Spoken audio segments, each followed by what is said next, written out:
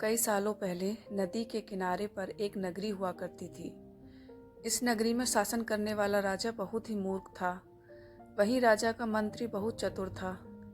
एक दिन शाम के समय राजा और मंत्री दोनों नदी किनारे टहलते हुए शाम का आनंद ले रहे थे।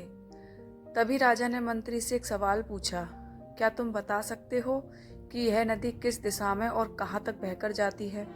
मंत्री ने राजा को तुरंत जवाब देते हुए कहा कि यह नदी पूर्व की दिशा में बहती है और यह पूरब देश तक जाती है।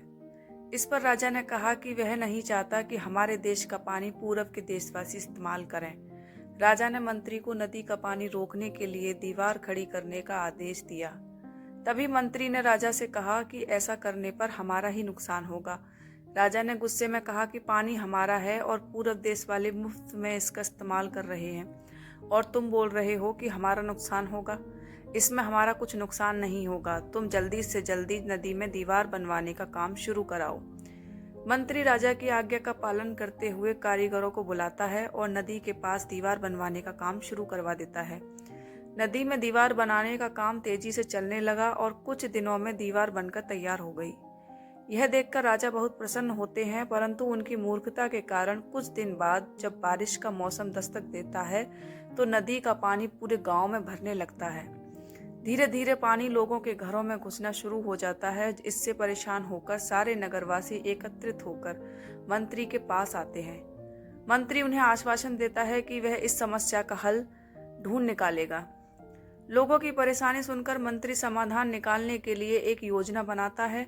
उन्होंने राजमहल में समय को बताने के लिए घंटा बजवाने वाले शख्स को इसमें शामिल किया। वह समय के अनुसार घंटा बजाता था, जिससे लोगों को समय पता चलता था। मंत्री ने उसे कहा कि आज तुम प्रति घंटे की बजाय हर आधे घंटे में घंटा बजाना। उस आदमी ने मंत्री ने जैसा कहा वैसा ही किया। इससे जब सुबह के 3 बज रहे थे तो उसने 6 बार घंटा बजाया। 6 घंटे सुनकर राजा और सभी नगरवासियों को लगा कि 6 बज गए हैं और सुबह हो गई है। राजा उठकर बाहर आता है तो वहां मंत्री पहले से मौजूद होता है। बाहर अंधेरा देखकर राजा मंत्री से पूछता है कि अभी तक सूर्योदय क्यों नहीं हुआ है।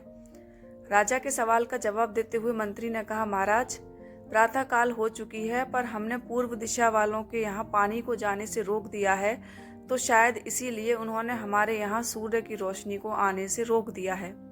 इसीलिए सूर्य उदय तो हुआ है पर हमारे देश तक रोशनी नहीं पहुंची है।